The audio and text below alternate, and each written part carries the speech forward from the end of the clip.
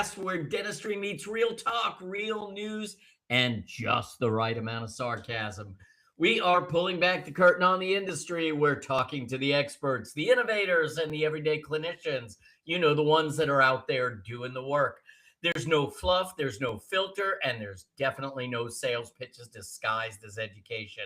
If it's happening in dentistry, from clinical insights to regulatory curveballs, or maybe it's the latest scandal at the ADA, we are probably already talking about it. And yes, we are bringing the goods. It doesn't matter if you're a seasoned doc, part of a dental team, part of the industry, maybe you're a curious consumer, or maybe you're just here for the banter. We welcome you all to the show, because around here, we're not just in the loop, we are in the know. Hey there, everyone. I'm Dr. Jeff Horowitz, accompanied by two amazing clinicians and friends, Dr. Chad Duplantis and Dr. Jennifer Bell. Together, we created this humble little platform to make the dental world just a little bit smaller, but a whole lot more fun.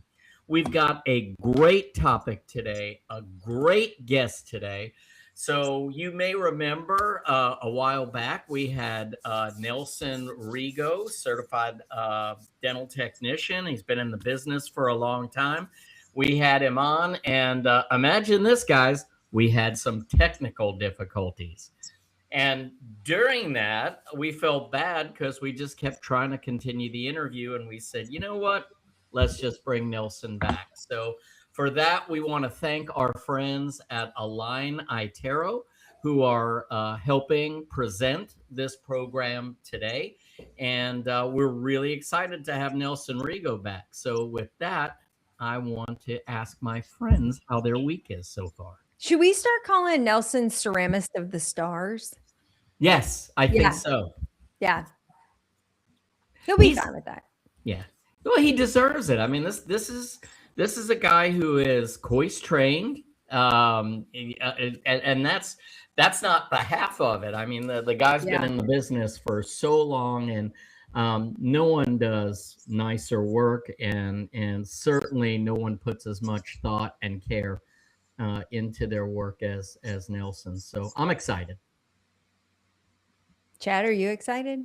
You don't look excited. No, I'm very excited. The problem is excited. No, so now I have like when I logged in tonight, I got access as an administrator, and I can't figure out how to switch my freaking camera to the good one.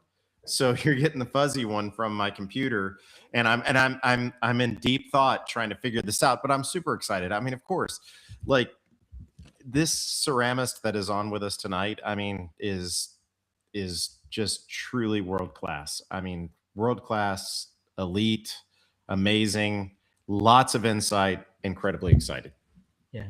And I'm also excited to talk about the Lumina too. Yeah. Well, we're going to get some good workflow ideas from him. I mean, nobody understands what happens from the time the scan is captured till how it gets to the lab and what happens to it at that point. And why some of us have more success than others using the same exact scanner. So I know he's going to shed some insight on that. I'm pretty darn excited about that. Have either of you all ever done a Conus or Secure Fit denture before? Mm-mm. So really unique alternative to the all-on X type of situation. The beauty of it is it's entirely removable. So is it like an MK? Is it like an MK1? So basically a bar that has a pin that locks a removable denture in, because we've had a lot of success with that. No, if you think about it, it's a conical or conus type of abutment. So it's a metal abutment. And then there's a bar that's fabricated first that you cement these, I call them thimbles into, and it almost creates a magnetic type of friction. I have seen those as well too. These some bitches are on there. Well, anyhow, so if it's on the lingual side, is it a conus lingus? Yeah, cone-a-sling a shaft. Yeah, yeah. So anyhow, Sorry, we have JB, it was too easy. I know. we have this local lab that is also very well known, that is it's kind of a master of these. And so I was talking to him about the digital workflow. So today we had a patient in, and we extracted all of her teeth, placed the implants, fabricated immediate dentures, and she's been wearing those for about 3 months. She's been released by the periodontist, and so we're ready to go ahead and start restoring. So today I took a wash impression of her denture, scanned that, scanned the tissue with the healing caps on there, took the healing caps off, put scan bodies on it, scanned the tissue with the healing caps on there, and we're going to merge all those data sets together and create her conus denture through an entirely digital workflow, which is, I mean, obviously a little analog with the wash impression, but there is no other scanner that I've used that can capture tissue as beautifully as the Lumina does. Yeah, for And sure. as quickly. I mean, we were having issues with the scan of the prosthesis, and there's a new button that you have to click that's like enable prosthesis scan if you click a certain type of scan. Once we click that, boom, that scan within 2 to 3 minutes. And yes, it takes a little longer than a traditional arch, but for the tissue scans, oh my gosh, I mean, just as easy as scanning a fully dentate arch, which you could not do with any other scanner before. So truly amazing. Yeah, it was quite an upgrade. So, how's everything else going? How are my peeps? Like, what's happening in North Carolina? What's happening in Texas? Man. Okay. Can we do a save the date? Oh yeah. You want to do that? Yeah. I kind of want to do that. Okay. Well, whatever JB wants, JB gets. So Save the date, November 5th, 6th, 7th. We're all sleeping at Jeff's house that night. woohoo! By all, I mean all 50 of our closest friends who decide to join us for a in-person education event in Murrells Inlet, South Carolina. I'm so pumped about this program because yes, I'm going to help teach it, but I'm going to learn so much being in a room with all these people for one weekend. Functional medicine and dentistry, tying it all together. It's the joint, it's the airway, it's the aesthetics, it's digital, it's restorative. It's Doug Thompson. Yeah. Special guest star. What in the world? Yeah. We're not screwing around on this one. No. Yeah. Not that we screw around on the other stuff. Well, sometimes we do, but we screw around, but not this one. No. This is serious. This is real business. This is going to be a hell of a program. I'm just so excited to even be a part of it. This is going to be awesome. Well, I don't even care if you guys come or not. My game's getting upped. Okay. If no one from the Dinks community comes, I don't care because I'll just pay to have this all to myself for a whole weekend. It's fine. This is going to make South Carolina my second home of 2026 because I am going in June. I am going in July. I'm going in September, and I'm going back in November. So I might as well just go ahead and tag residents in South Carolina. Their property taxes are better than Texas, so you might really want to think about that. Yeah, trust me. I just did that. Yep. Well, but we still have state income tax. I'm not doing a good sales job right now, but I thought you didn't have state income tax. What's that? I thought you didn't. I don't know. Yeah, we still have state income tax, but I mean, you're gonna pay the piper somewhere, everywhere. Yeah. So somehow they're gonna get theirs. Well, anyway, guys, so I'm excited about that too. Thank you for announcing that. You're gonna be hearing more and more. The program is pretty much set. The guests are pretty much set. The only thing we're missing right now is you, and we're taking care of some behind the scenes details, but this is going to happen. So we're really excited. Stay tuned and just keep a little bit open on your credit card for us because you're going to get so much for such a small amount. I'm excited. We're doing this right. Yep. Let's do it. All right, let's do some other news, JB. All right, you ready for a little bit of news? There's not a ton of news, at least not interesting news. I mean, just really quick while you're still here, the government is still shut down. TSA is clogging there's plenty of world and national news, right? We're in a war. TSA is not working. Just a lot of that kind of stuff going on, but there's a little bit of dental stuff. Let's hear about it. Okay. All right. All right. Oh, I thought you were doing the news already. No. That's why I went Waiting. silent. She said while you're still here, and then our producer kept us up, but our Yeah. producer is supposed to take us down now. There you go. That's true. That's true. That's true. Okay. There is actually one really big story that I wanted to get into because this has been something that I've talked about quite a bit on our show, and it is the standardization of dental benefit language across all platforms, meaning different states have different laws affecting dental insurance and patient coverage, and so does the federal government as well.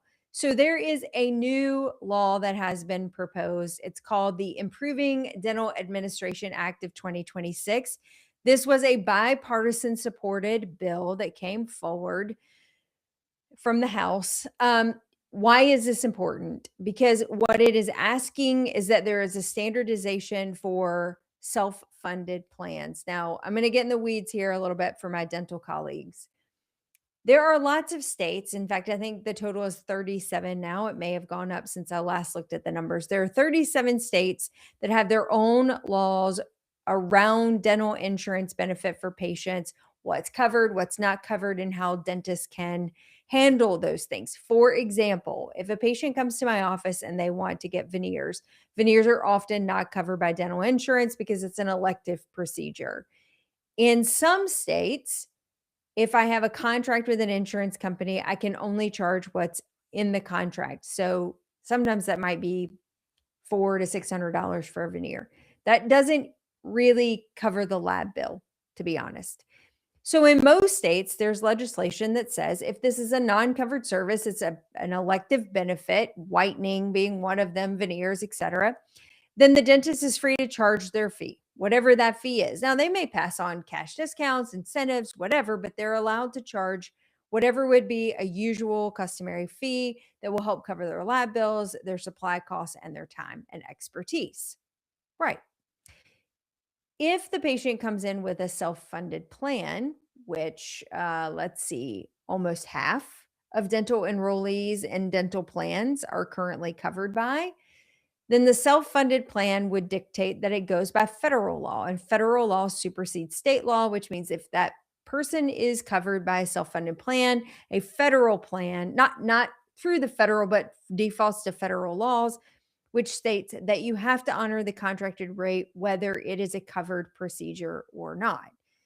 So what do in-network doctors do when they see this type of thing? They just stop doing that service. They stop doing veneers for $600 because they frankly cannot do it for the covered fee, because a lot of times that's not a negotiated fee anyway, because it's not a covered service.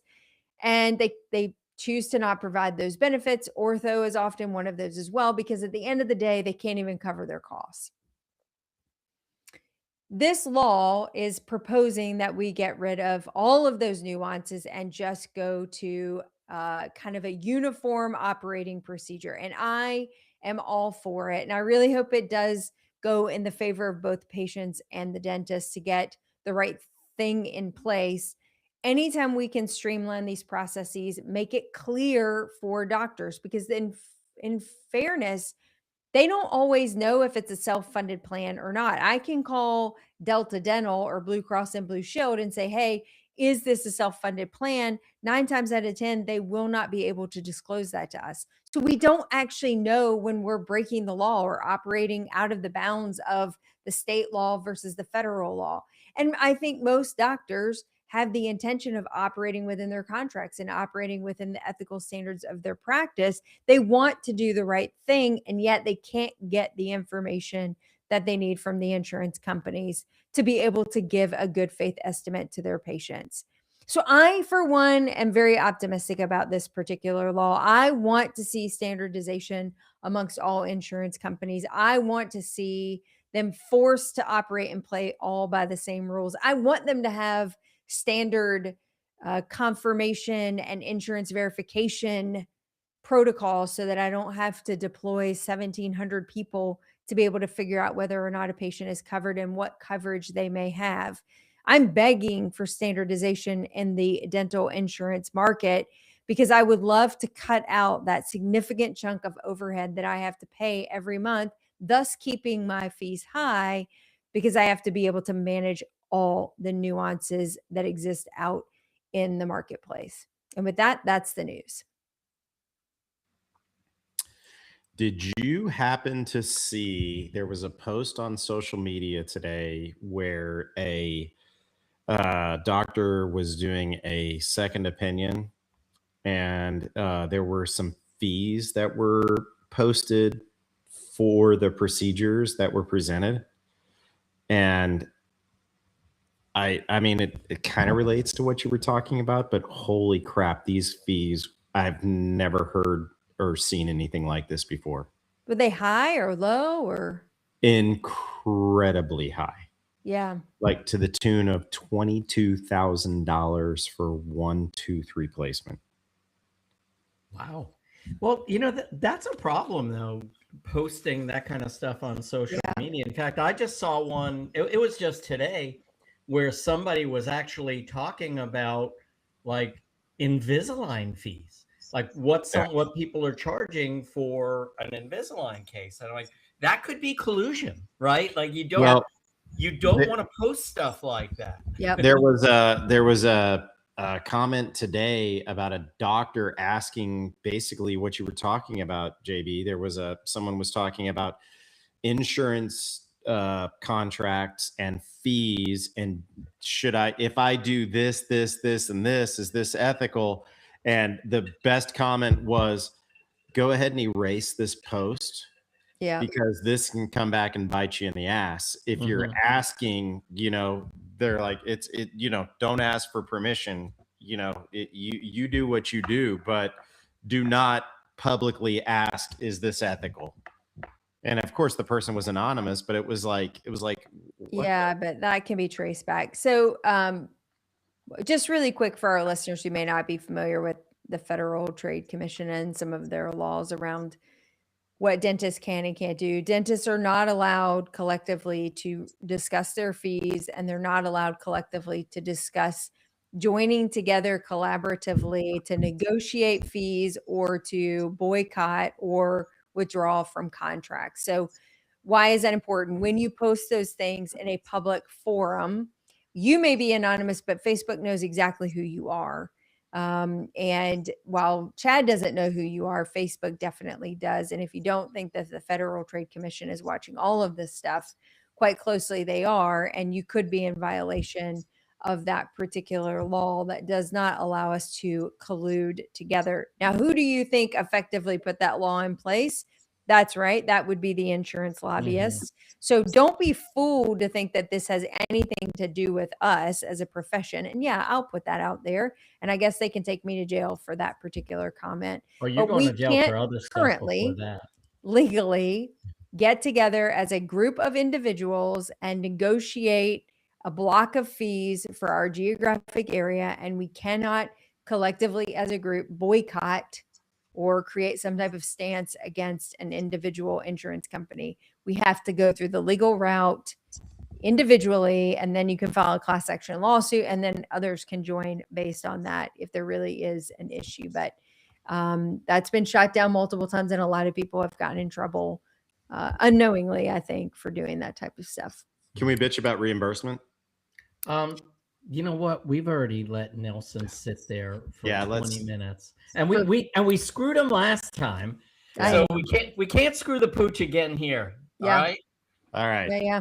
All right. Hey, Jeff, you bring Nelson up, and I'll introduce him. I can. I'm just a guest here at Riverside. So our folks tonight, our guest is Mr. Nelson Rego. He owns and operates Smile Designs by Rego, which is a progressive dental laboratory specializing in ceramics in Santa Fe Springs, California.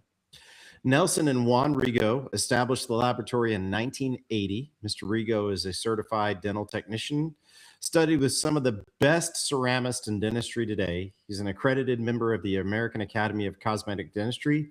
He has written over 70 articles pertaining to dental materials and techniques, which have appeared in many of the leading dental journals. He is also an evaluator and speaker for several dental product manufacturers and is the co-creator of Microthin Veneers, which is a prepless approach to cosmetic dentistry. I'd also like to add that Align is our educational partner for tonight's event, so we want to thank Align Technology for doing so.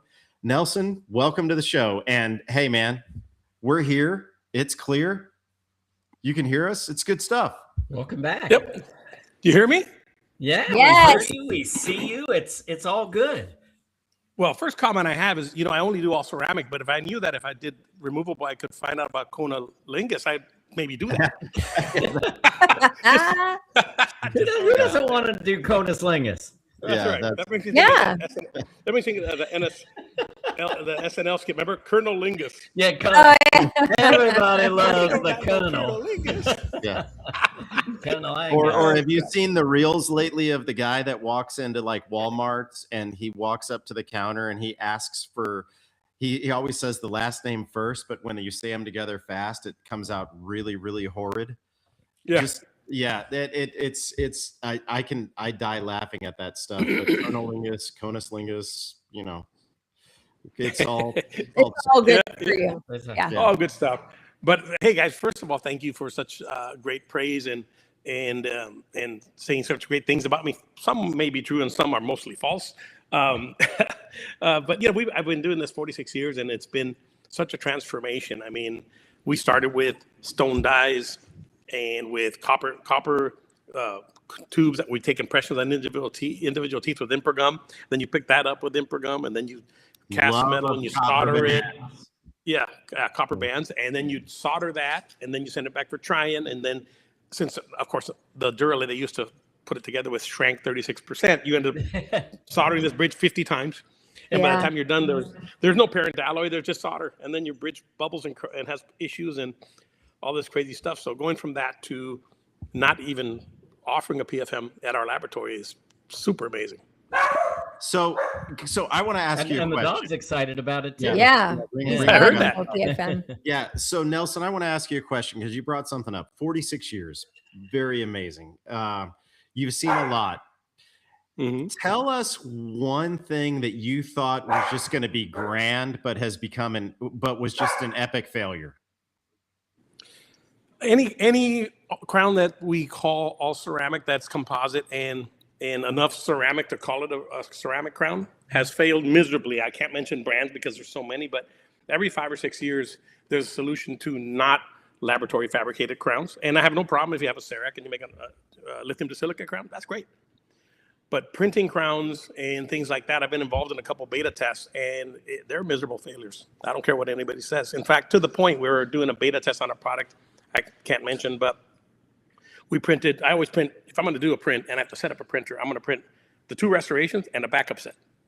It's just easier. The resin's not that expensive. Right. So and they always have a little residue when you post-process. So I lightly sandblast, super light, like barely any air to blast off the residue from the reaction from the alcohol process and the uncured resin. Put it on the model, said, God, my contact's open. So I get the crown, the two crowns, the extras, put them on the model. They're not open. So, okay, maybe they were positioned wrong in the build because it's important to support the restoration with, looks like almost like a roller coaster support. Mm-hmm. So I sandblasted lightly again, put on the model, contacts open.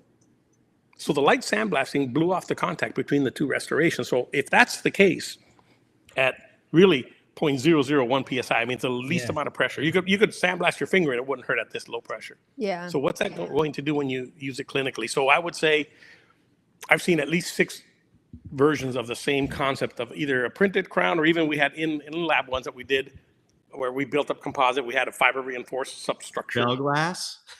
Well, I didn't want to mention names, but actually that was probably the most successful of that genre. They melted less. Yeah. But that concept has been, done so many times, and every single time it becomes an epic fail. And I think one day we're going to get there, but we're not even close. I mean, there's zirconia approaches to printing. There's lithium silicate approaches to printing, but it's so time consuming, takes so much effort that when you look at it, you say, well, I did 10 units in 48 hours. That was great. Yeah. You know, that's just not, there's not a commercially viable way to do this, but one day there will be. But what isn't viable, in my humble opinion, are printed crowns that are tons of composite with enough ceramic to call it a permanent crown. That's to me has been the biggest epic fail in my career. Would you APD agree agrees. that those might be good for transitional bites, for, you know, working at temporaries, working bites Absolutely. out, and then taking that record, sending it to you, and then letting you make the really, you know, Yes. well-trusted long-term restoration?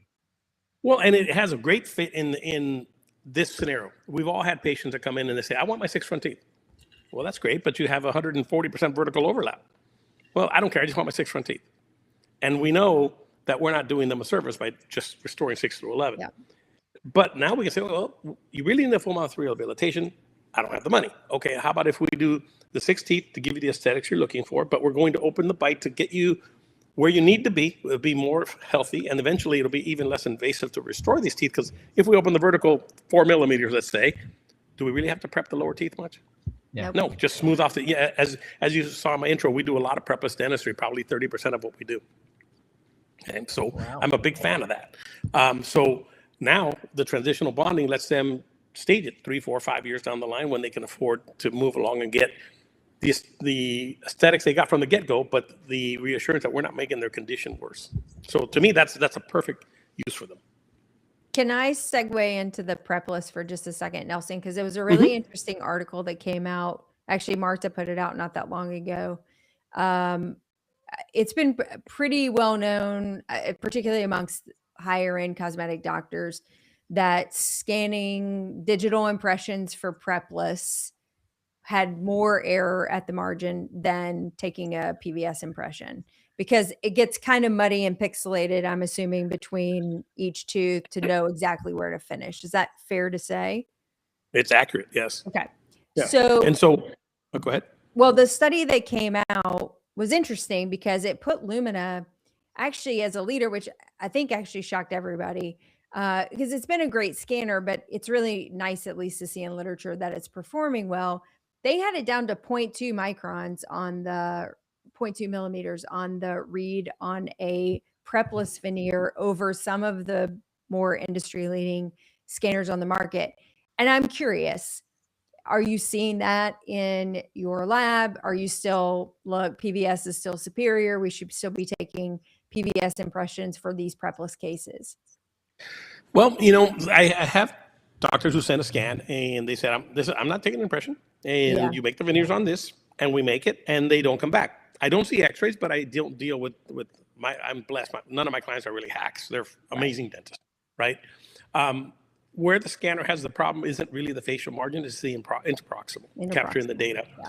Now, we have been involved with a beta testing with a well-known dentist, and we were doing a case on the Lumina, a case on the 5D, and there was a marked difference. And so what we would do is we'd do a prepless case on both. But now I don't do felspathic on printed models, so that's my favorite material, but we can't use that. But we do a lithium silicate on both, and I'm sorry, we did Lumina and stone and 5D and stone. And the Lumina had significantly better margins on a prepless case, and we've done probably 5 like this. So I'm encouraged that we're getting there. Yeah. You know, and sometimes you think about it, and well, you know, I want this margin to be so flush, but with today's bonding materials, maybe clinically acceptable is all we're looking for. I know Marta says that if you need a slice prep of at least 0.4 millimeters between 2 teeth. Yeah. So that's kind of the Coy Center take, and I say that at least that. So while PVS is going away, it's not going away permanently. And so if we can capture 90% of our data, 90% of our cases with a scanner, okay, occasional PVS isn't going to kill anybody. And even if you take PVS, I think it's always good to scan anyway, because sometimes there's a bleb on number 4. Well, wait, the scan is great, right? So just a backup impression, never a bad idea. Nope. Oh, that's a great idea. What you're telling me is, and we'll probably get into this in a minute, but if people utilize Smile Architect to its full potential, then we can really minimize the amount of burr that touches the tooth. Well, I think that's accurate. I think that even with Smile Architect, I think every dentist who's doing cosmetics should have a relationship with their lab to the point. Sure. Hey, here's the Smile Architect we're thinking. Here are the preps. Can you take that, stick it in exocad, and is this a viable case? And if not, where do we need to move the teeth to not prep the teeth, or prep minimally invasively prep the teeth? So we do that a lot. Here's the ideal design, and put them in Invisalign, and in 2 months, whatever, take a new scan. Then I stick it back in the design. Nope, you still got to do this. Nope, you still got to do that, until we get them refined to the point where, again, we may not prep anything, which is really, I think it's a huge practice builder. In fact, I had a dentist call me a couple of days ago. We started with him at the beginning of last year, and he had done 30 veneers that year. So started talking about prep lists. Said, hey, send me scans. I'll look at them. I'm happy to help. Charge. People have helped me so much. I'm happy to help back. So he called me and said, listen, I've done 143 veneers this year so far. My family, my daughter, thanks you. I said, your daughter's like 6 months old. He goes, yes, but she has a better bedroom now. And so that's the power of having a good relationship with your lab. And I'm not saying call me for work, I'm busy. But if you treat your lab not like a vendor, but as a partner, I think, and they start to understand what you know and what you do, and which is why I did Kois, because I don't care to tell you how I layer porcelain. You don't care. You just want it pretty. But I want to be able to look at the case and say, hey, I know how my porcelain can last if we do X, right? And so that's really the key.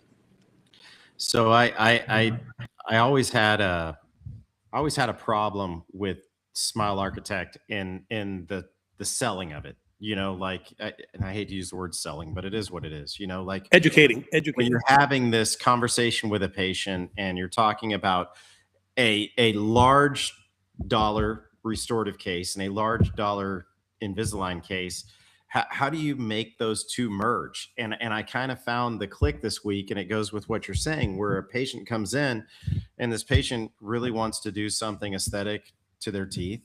They've got pretty damn good teeth. There's really, on this case, I think we could get away with the front four and a little bit of, finagling as far as movement is concerned.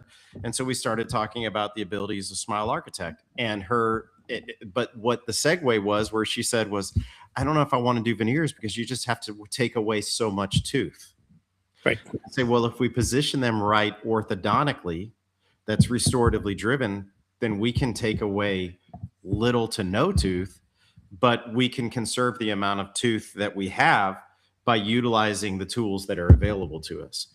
And I think that, this prepless idea is becoming more and more attractive. I'm a huge proponent, and maybe I'm wrong, but I'm a huge proponent of breaking the contacts. I never want to have a contact in the interproximal area. So I don't disagree with what Marta said and what Marta found, but I think that, there always has to be some room for the porcelain and also some room for hygiene as well. Well, there's no question that the less you prep, the harder my life is. Yeah. And so of course. if I'm looking at it from a businessman's perspective, then I want everything to be put in a pencil sharpener. That makes my life super easy. Yeah. Breaking contacts makes my life super easy. Now you got to be careful, because if you break contacts, let's say we have a black triangle. If you break contacts and you don't get that margin subgingival about 0.75, and you don't round the transition from the reflective to deflective zone, so it doesn't shape like this, but it's shaped nice and rounded, then you're going to have open margins, or worse, you're going to have a black triangle still. And what fools your patient is you have a wax up, you have a matrix, and let's say you broke the contacts, but you left the margins a millimeter supra. But you fill the matrix Luxatemp, stick it in their mouth, and they don't have a black triangle because Luxatemp flows everywhere. Now you get the ceramics back, and you have a black triangle, and they're like, well, what's this, right? And so that ends up being a remake. I encourage everyone to listen. If no matter what temporary you make, open up the embrasure with like an old fluted carbide, create a diastema, let that tissue breathe. And of course, when I look at your impression, if I see the margins aren't going to work for a diastema closure, then you'll get one of my famous videos. I communicate everything with videos. My residency instructor always told us, I would rather your temporary margins be short, and I would also like all of your contacts way more open than you anticipate in the final. Over exaggerate that. And like you said, let the tissue breathe, perfuse the Yeah. tissue, let it gain its Yes. health. And so Yes. I love what you're saying. It kind of reinforces what I learned. So Yeah, no, and sometimes it won't come back. If you Yeah. have 5 millimeters of tissue when you probe the bone, it's not going to come back. that's tissue oppression. That's right. Yeah, and I'm from Cuba. I'm tired of being oppressed. That's right. Hey, well, it's about to change, Nelson. Well, It's yeah. about I'm telling you what. I'm telling you what. I'm all Isn't it fired going to up. be our 50? That's going to be our 52nd state now. You know, I would just love to be able to. Or they have might be everyone- Canada. I would just love everybody to have toilet paper. That'd be great. Yeah. It's true. We send stuff to our family there, and they have 10 hours of electricity a week right now, Yeah, and they have no running water because you you can't run water without a pump. And so when they sit on the toilet, but they have a bag that they then and throw it. Yeah. That's a worker's paradise for you. Yeah, and it's a beautiful. And that's place. another discussion for another Yeah. day. But now you know why I'm always smiling and happy. I could be in Camagüey still. Yeah. Mhm. So going back to what Chad said, I think one of the other things about these digital workflows is that having that conversation of, can we do some Invisalign before the case so that we can make you prepless? It's so easy to show all those marks of what you would have to remove. Like, it's one thing to just say, I can do this without removing any tooth structure, but it's so much more effective when the patient sees the red all over the tooth structure that needs to be removed on the digital scan, on the digital model. And you say, you see all that red? That's what I have to take away if we don't move teeth around. And that's why I think Smile Architect is so powerful. It's I work with my son now to give me articulated models. We put everything on. We do the Cois face bow transfer, and I say, show us, send me a PDF of what this would look like if we open the bite this much, and what we would have to remove versus if we close the bite this much versus, if we were just to try to do equilibration, and show them everything I would have to take away to do an equilibration. And that's really where the convincing is. It's in these digital workflows, and where they can just see red all over their teeth and say, see all those places? That's where my burr's going to go. Yeah. Well, no, and I think one of the hidden gems of iTero, and for me, when someone calls me, doctors will call and say, hey, what should I buy? What scanner should I buy? And my answer is the same. Do you want a device that replaces PVS, or do you want a device that replaces PVS and helps you build your practice by helping educate patients? That's right. Right? And one of the best tools is time lapse. Absolutely. A year later, hey, Mrs. Smith, I won't use Mr. Jones because that's John's line, but you've lost a millimeter of tooth structure. You should lose a millimeter of tooth structure in your entire lifetime. You lost a millimeter in a couple of years. This disease is not going to get better. What if we can show you a way to correct this without being invasive?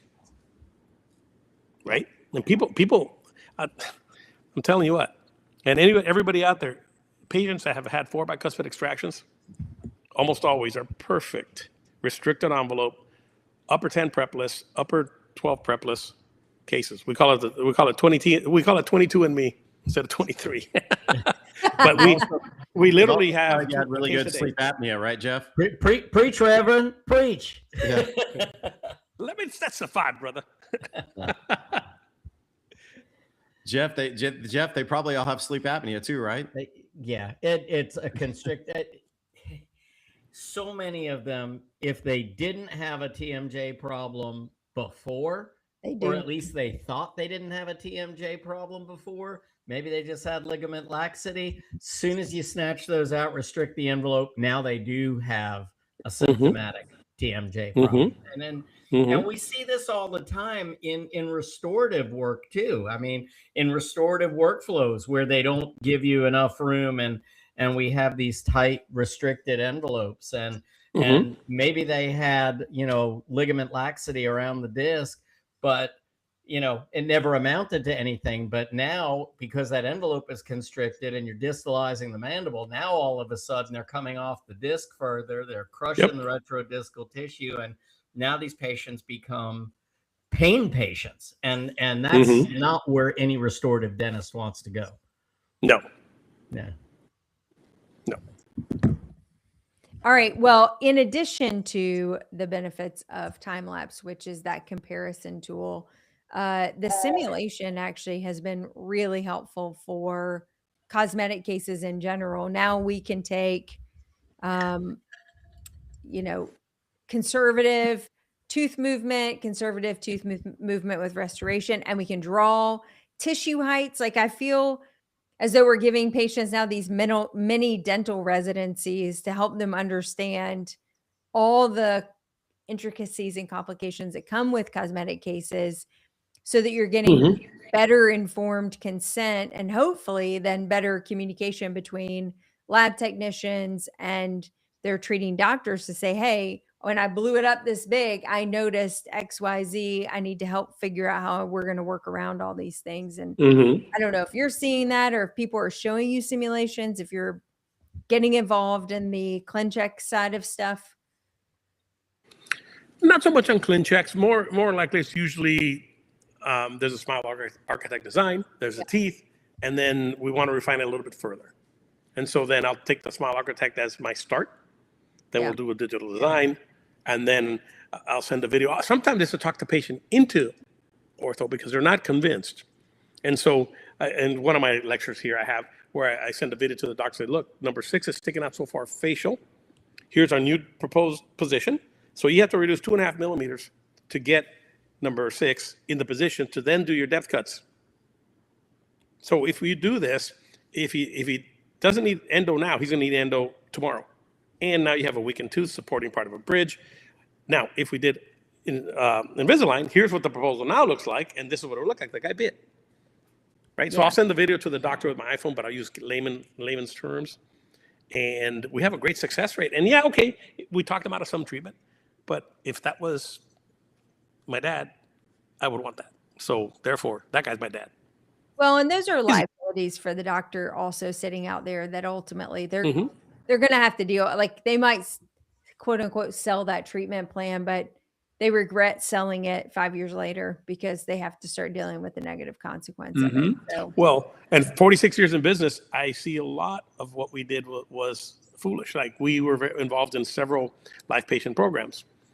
And so, okay, we're gonna open the vertical. So let's prep a circumferential 2 millimeters, 1.5 millimeter reduction, because that's what we need for restoration. But if we're adding material, why are we taking away tooth structure? Why are we right? We could have left the entire lingual. And I'm lucky I have many clients I've had for over 20 years. So the ramifications of our stupidity, you get to see it. Oh, wait, number 23 broke off at the gum line. You know, things like that. And so you learn, man, maybe we can find a more conservative approach. And of course, lithium silicate has been a big part of that. Yeah, I agree. Nelson, do you use the NERI at all when you're trying to determine the translucency of teeth, or is that not of benefit to you? No, and I don't have a scanner anyway. Well, not that I could scan a model, but no, it's not a benefit to me. And I think that's more of a restorative, direct restorative approach. I've seen some labs, like if they're fabricating a central, like a single central, that they'll use the NERI to determine the translucency of the neighboring tooth when they're fabricating that restoration. And I was just wondering if that's something that's of benefit to you, that you can gather that from the data. Never tried it. No, and the images that I've seen have been pretty fantastic. But I know we always say in our practice, the hardest thing that we do is a single anterior tooth. It's thankless. And I know it's probably the hardest thing you do. You never make a profit on those. Never. Yeah. No. Every now and we've had more like we've been using called eLab, which is a digital way of measuring. You take a photo with a calibrated card. The software tells you need a pinch of salt, a pinch of pepper, a little bit of honey, and it tells you the recipe. Then you take, and once the restoration is ready, you then take a photo with it with the same calibrated card. You can actually insert the digital try-in next to the tooth, and it'll tell you if you're close, if you're off. And it's been pretty accurate that way. But the thicker the restoration, the more accurate it is. Sure. But thin veneer, we've not had a lot of luck with it. But we recently had one that said that the cervical would be undetectable. The incisal ledge would be a little bit detectable, delta 1 and delta 0, and it was just, I mean, amazing. So That's probably awesome. 40% of our single centrals go the first time. It's the other 60. Now, what is, Keep you what up is- at night. what is We this? tried that there technology at the utilizing? Sherwin-Williams. Didn't work out. That it's called eLab. E-Lab is created. Yeah, it takes you need polarization. There's a specific photo protocol, and if you guys remind me, I'll email you the PDF for it. love to see You need polarize, and you need that card. It's from Photomed sells it. You can buy it from Europe, but you pay more in shipping than the card's worth. Photomed.net is where you would get the eLab card. They sell a set of 2. Usually one for you, one for your lab, but the lab to do this has to pay for the software. I want to say it's $1,200. Something like that. Nothing big. We've had more success. That being said, I hate every single central on the planet.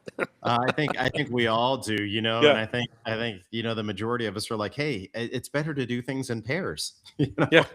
Yeah. Exactly. Yeah. I'll throw the other one in for free just because I know I need to do it. Right? We've done that Yeah. sometimes That because you is look at that and you're like, this is sometimes Done that, impossible. done that, Yeah. done that. Yeah. Yeah. Mm-hmm. Yeah. I was gonna know what say- your cost is on that.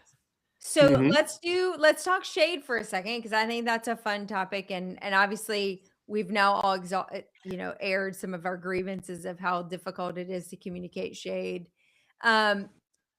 Pro tips on photography. I've definitely seen the value in the black and white, and I've started including black and white photography as part of my shade guide and shade photography for laboratory technicians. From your perspective, Nelson, with photos come in, like a top 2 or 3 tips that at least help you get close to. Well, as a dentist, you don't have to take a black and white, because I will take that picture, duplicate it, and just make it black and white with software. So you don't have to go that extra step.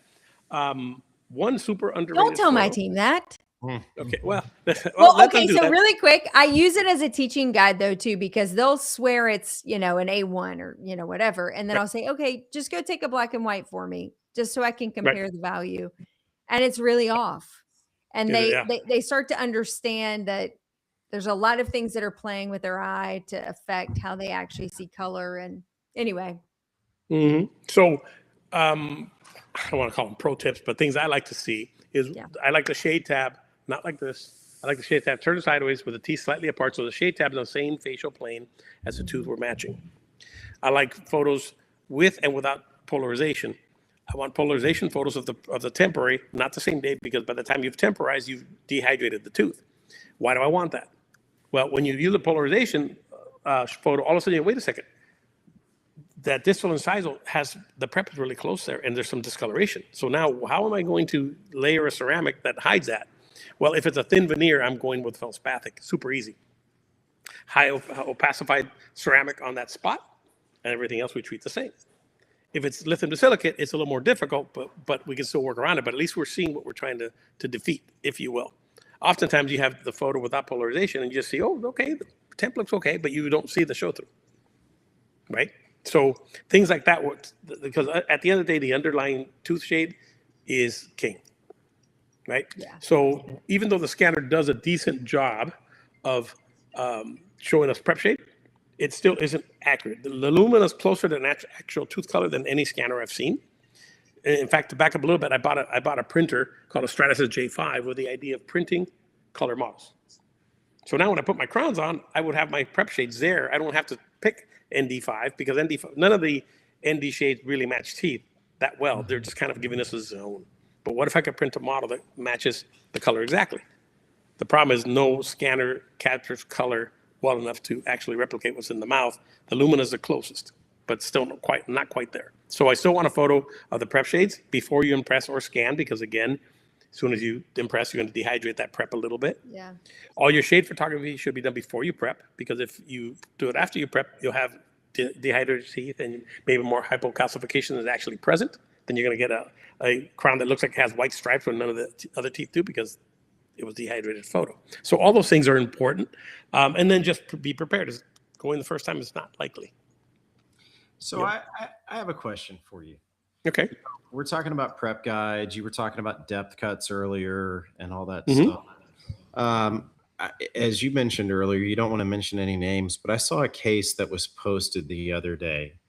And the shape, the shade, everything was looking really good. However, when we looked at the center of all of these teeth, the focal spot of the teeth, you saw this little dark spot, you know? And from doing this for many years, it's because the veneer was much thinner at that point than at the rest of the tooth. So I've had that happen to me as well, and that's an automatic remake in my office. Mm. If we have a prep guide and we know, or if we know what we're prepping to, how would you recommend that somebody convey it to the lab about, uniform thickness? Because I think that can be fixed one of two ways. One way is that A, we didn't prep enough. We need to prep deeper in that spot. And two is that the veneer, in my opinion, needs to be thicker in that spot based upon our current prep design. So how do we convey that to the lab? Because a lot of times, especially younger labs, I will say, they don't see that. They see just a beautiful restoration that they're sending back to us, and we have to modify it with cement, or it's a remake. And when you modify it with cement, then it's going to be a freaking white spot right in the middle of the tooth that doesn't match the rest of the tooth. So what's a bit of communication that may benefit some of these younger dentists or younger labs in doing this? Well, first thing I'd recommend is, unless you're doing a prepless case, you see, well, let me back up. You see people teaching and they say, okay, transfer the wax up to the mouth, take a 0.3 burr, do your depth cuts, or 0.5, then smooth the prep and all this and all that. Okay. How will you transfer that wax up to the mouth if the teeth are crooked and your wax up's going to be smaller in some areas? So what clinicians do is they transfer the wax up to the mouth, but the matrix expands a little bit. And so everything gets really thick. And so the dentist does his depth cuts. You go, oh man, I'm on point. But he had a matrix or a transfer of Luxatemp that was way bigger than the intended idea. So what we do is we make what we call a married model. Some people call it a blended model. We take the pre-op, we take the design, we marry them together, and you get that model with a matrix. Now, if the patient's teeth are A1, I recommend getting, and you should buy some cheap Bisacryl, not Luxatemp, something that's very inexpensive, but this is a throwaway idea. You take the married model matrix, you put some of the A4 Luxatemp, you stick it in the patient's mouth. The parts that stick out that look like A1, those have to be rounded and lopped off until they look like part of the wax up. Then you take your depth cuts, your depth cutting burr. Now you do your depth cuts, and now you're going to be in the zone, right? That's worked out really, really well. Another thing that we do that I think, again, relationship with your lab is everything, is, Chad, you'd call and say, listen, I'm prepping Mrs. Smith on Tuesday at 5. Okay, I'll be waiting. I have the wax up that I sent you in my software. You prep everything. You take an iRecord scan, because restorative is, I don't need that for this procedure. I take the scan, I marry it to the wax up, and I send you back a video. Listen, the distal of 6 is not reduced enough. If you don't reduce that, then the wax up, we're promising your patient we're not going to be able to deliver it. This is too short. This is too long. You got to round here, blah, blah, blah. So in a minute video, you have feedback. And for me, I do it maybe slightly selfishly because I hate that phone call. Hey, Chad, you got to cut the temps off. You got to reprep. I've never met a dentist who says, yes. No one ever does that, right? So I'm trying to avoid that. Plus our schedule is pretty busy. So if I have to have you reprep now I have to, okay, I can't get the case back this time. Now we got to, so you got to move, a lot of parts have to move. So I want to catch it at the prep appointment, and it's been super popular. In fact, I think I probably do 4 of those a day, maybe 3 or 4, where someone says, hey, can you look at my preps? And of course, it has to be when I'm around. I don't work Friday, so if you prep on Friday, then I won't be around. So I'm going to ask you, just like our patients ask us, you don't work on Fridays? Right. And I have a simple answer. Well, dentists will tell me that. You're a lab guy, you don't work on Fridays? I said, I came from Cuba to not work Fridays, dude. Yeah. No, actually, when COVID happened, by the way, I take a nap between 1 and 3, so kiss my ass. Yeah. When COVID happened, I said, I've been at this 41 years. I can take Fridays off, and I started doing it. And it doesn't seem like that'd be a big difference, but it's a huge difference, that extra day. It is. And you know what? We work hard enough during the week that and we unlike a lot of people, don't have time for the clerical stuff throughout the week because it's involved in patient care. So I don't feel bad about taking a day off a week. So no. But it's been funny because most labs don't, so dentists are always kind of surprised, Yeah. Good for you, Nelson. I'm happy that you take Fridays off. Thank you. Yeah, me too. Yeah. So, something that you just said really stuck out to me because, and I've mentioned this before, is that the one thing that I've learned, having a son that is now in the digital design side of dentistry, is the biggest mistake that I made throughout my entire career was, even though I thought I communicated well with my lab, I didn't communicate worth a shit, excuse me. Yeah. But the type of communication that can happen now because of digital dentistry is that it's easy to take a screenshot, to message that back and forth. It's easy to send an exocad review. It's easy to send a 1-minute video by messenger. And the one message, and it took my son getting into the industry for me to realize how much better my dentistry got because I was communicating better with my lab technician. And I just think that that's such a huge takeaway because it is so easy to have that kind of communication now.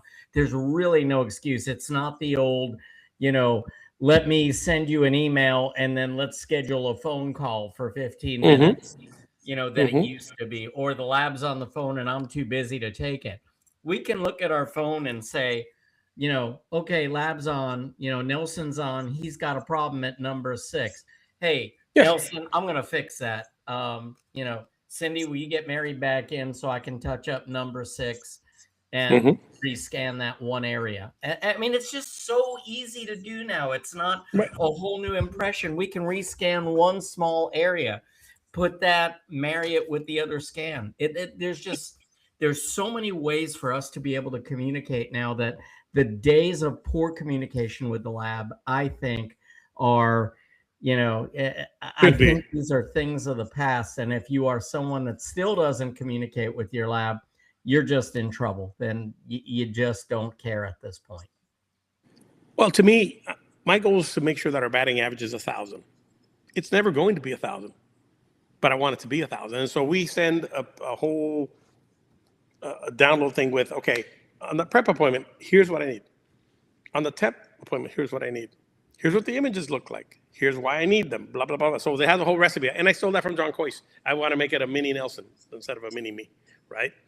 Because it's Friday, I can't help you. I mean, I'll take a phone call Friday, but on the golf course, I can't help you much, nor can my golf game help you because it sucks. But that's my goal, to make it so it's seamless. And it's funny, when I have a new person come out and try out, and I say, oh, here's the photos. Look at it. They're like, you get photos? Like, dentists don't communicate very well. And all you guys, me included, are fortunate to be doing what we're doing, but most dentists are not exposed to that. And think about it. I would say a busy dentist that does a lot of smiles might do 5 smiles a year. That isn't that much to get the experience. Right? Especially the young kids, DSO or not, I don't know about that, but it becomes interesting. And with something like that fellow that said, hey, he let me help him, how much he's grown his practice. And it's all been about conservative dentistry. And hey, you've lost a millimeter of tooth in a year. That should be your lifetime. And people get concerned about that. And if there's a way where we can non-invasively help them, you can destroy. With Prepless stuff, my recommendation, someone's out there, talk to your orthodontist, find a peg lateral, go to town with Prepless. Yeah. That'd be the first place. At least that's my take. I think too, dentists are definitely type A, and it takes time for them to get comfortable with constructive feedback. And if I could impart any wisdom based on what you've said tonight, like, the best cases I've ever had were collaborative cases with my lab technician, my surgeons, my orthodontist, me and everybody coming to the same kind of concrete idea of how we want to tackle it. And then just to your point, creating that algorithm of step 1, step 2, step 3, step 4 of how we're going to execute, and getting feedback from each other saying, I need more of this, I need this, whatever. When we can kind of open ourselves up to getting the feedback from our colleagues instead of taking it personal or some type of ego shot or, whatever, or operating on this island, because we're really good at doing that and kind of locking ourselves up and not being collaborative. the dentistry gets better, your confidence gets better, your ability to then talk to patients. I mean, to your point, what your guy is experiencing is like, yeah, now I've got a guy in my corner, like he's backing me up. And now I'll go talk to people about doing it because I know I got a guy behind me who's going to be like, let me help you get through this case and we'll figure it out together. That's where we like exponentially can grow our practices. I think that is such a great testimony to a great relationship between doctors and their lab technicians, which should be colleagues, like buddies, partners, texting, communicating constantly, not yelling at each other on lab slips. Well, yeah, nobody. No, you know, I'm at a point when if they yell, I just say, "Here's your case back. Here's your buddy back. I'm done. Go away, Matt. Just go away." Yeah. You know, but that doesn't happen much because most of the time, when people reach out, you know, we have the same goal in mind, and I try to, you know, nip it in the bud from the get go. If I don't think I can deliver, I said this, I would not do this because this is going to be a disaster. If a patient walks in with a 37-page letter and in temporaries for 4 years, which I had happen, run. You know, because I can fix teeth, I can't fix mental problems. No, we cannot. No, we cannot. Is it above the orbit or below the orbit? That's right. Where's the problem? Well, you know, John has that great the medical dental forms, and he's got the keys to that. And there's 2 or 3 things. If people answer yes, I'm paraphrasing, but pretty much don't treat this patient. Yeah. Because their expectations aren't possible with the shape of those teeth, you know, kind of thing. I'm paraphrasing, but it's on point. We can't help everybody. No, and that's actually probably the most important thing that you can say, because I do think we try and we all get ourselves into, I don't think there's a dentist out there that's breathing today that can't think of a few patients in their mind that they're like, I should have never started. Yeah. The patient says, my gut said, I thought I was going to be different. Yeah, the last 40 dentists I went to didn't know anything. Yeah. Yeah. I probably don't either then. Yeah. And you know what? I want to mention this before I forget. We were talking about the Lumina scanner and scanning, and I think it's really important. Initially, with the Lumina scanner, I had several clients that were not super happy with the restorative work. And as we dug deeper and discussed, hey, how are you doing this? It turned out that the concept was, remember, what does a dentist do? They get a new scanner. They say, hey, Sarah, my assistant, scan that patient. And they walk off. And so it's our fault that we don't train them correctly. So now the assistant's scanning, you know, 3 or 4 millimeters above the tooth or 5 millimeters above the tooth or whatever the scan pattern it was for the Lumina. I'm sorry, for the 5D. But the Lumina is a different animal. The Lumina gets better data points the closer you get to the tooth. And so when we share this data with a lot of our doctors some are course instructors, some are accredited fellows at the ACD. I mean, these are people that they're not fooling around. But they were not well trained, or the assistant wasn't well trained. It's, you know, there's so many moving pieces, and in today's world especially, you go through a lot of staff. So you get a new staff member and assume I've scanned with iTero forever, and so they just do what they do, and then the outcome isn't optimal. So I think that's an important point, that if you have a Lumina or thinking of getting a Lumina, make sure that the person who sells you the wand or the device teaches you how to scan it appropriately, because it's very, very different than any other iTero scan before it. I think that's such an important point. Go ahead. I'm sorry, JB. Well, you have to at least acknowledge the fact that all scanners prior to Lumina was a reflective technology. You captured the data at the head, it bounced down a mirror, and then was captured in the camera behind.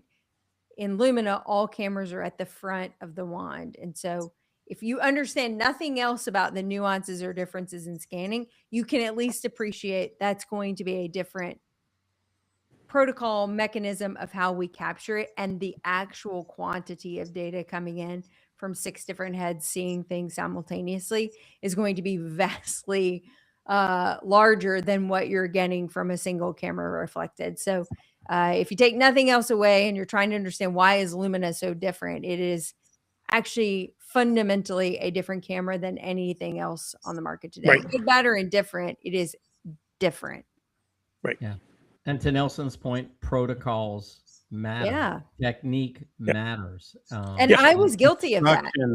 I was too. That's why I'm speaking from experience that, you know, I've had a talking to because it was how are you capturing the scan? It's different because I still do have a 5D in one practice and Illumina in the other practice. And yes, we were guilty of the same thing where everyone was not trained appropriately when they went from one practice to the other to go from the 5D. You can't just take a 5D user, put them on the Illumina, even though we get so much more with the Illumina, the technique is very, very different.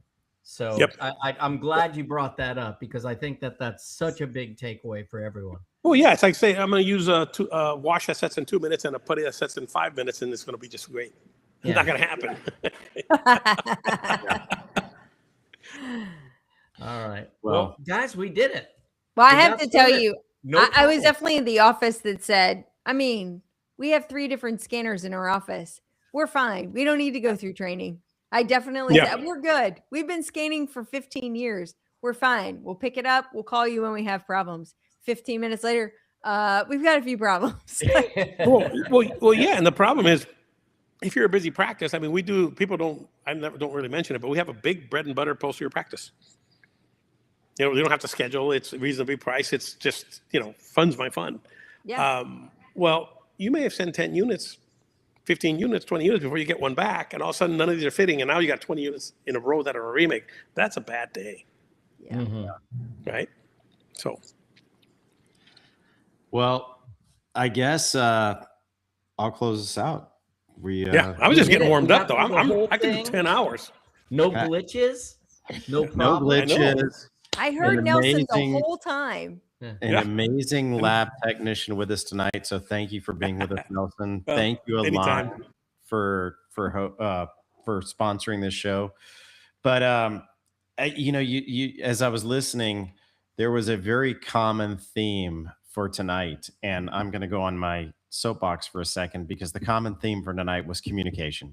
Communication. President Gerald R. Ford, it's one of my favorite quotes ever. It says, "Nothing in life is more important than the ability to communicate effectively." And I think that is so very true. But communication is both verbal and it's nonverbal. And, one of the greatest ways to communicate with our laboratories is through a wonderful scanner, through images. But I will close with this. If you don't have a lab that you can pick up the phone and have a point of contact or text somebody and have a point of contact, then it's very plain and very simple. You need to get a new lab. Sorry, folks. If you send it off into the sea of oblivion, then you're doing your patient an injustice and you're doing yourself an injustice. Find a lab that you have a contact that you can pick up the phone and say, "Hey, Nelson, we got a problem here. Help me through this, brother." And Nelson's going to say, "Send me some images. Send me a scan. Let's talk through it." And nowadays, it's not a matter of sending things back and forth. It's just a matter of a few minutes. And data transfer. And a transfer. So proper communication, find that contact in the lab. And if you don't have it, find a new lab. With that, my favorite saying, you play stupid games, you get stupid prizes. That's very true. That's very true. Very true. So thanks for being with us, Nelson. And thanks, guys. Hey, listen, anytime. I could be like your Jay Leno to your host. Yes. I'll come play golf with you on a Friday. Well, you're gonna win unless you're like crippled. No.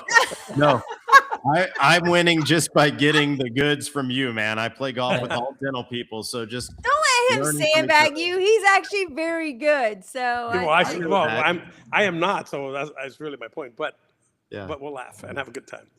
Yeah. Can we have some Cuban cigars? I can get them for you, but I don't smoke. I don't either, but I figured we'd have to if we were there, Well, I do drink rum. How about Cuban rum? Nelson that's good too. We can do that too. Chad. Yeah, well, maybe we should get him there. Yeah. Maybe we should convince Nelson to come visit us in November when we have our program in Murrells Inlet. When's the date? November 3rd, 4th, 5th, or 5th, 6th, 7th. 5th, 6th, 7th. Yeah. Email me. I have to look at the schedule because I co-parent, so every other weekend I'm a little busy. Well, hey, if they're going on a fishing trip, we're going on a golfing trip, Nelson. I think Well, we'll go my girlfriend's looking at me. My girlfriend's waving at me. You have a wedding in Dallas on the 7th. Oh, well, I'll be back on the 7th. I can see you there. We can have some Cuban rum. Yeah. There you go. Nice. All All right, look me up. I'm in Dallas. All right. Well, hey, thanks for being with us, Nelson. Anytime. Good night, Like I said, everybody. I enjoyed it a lot. Take care, guys. Okay. Good night, everyone. Good night.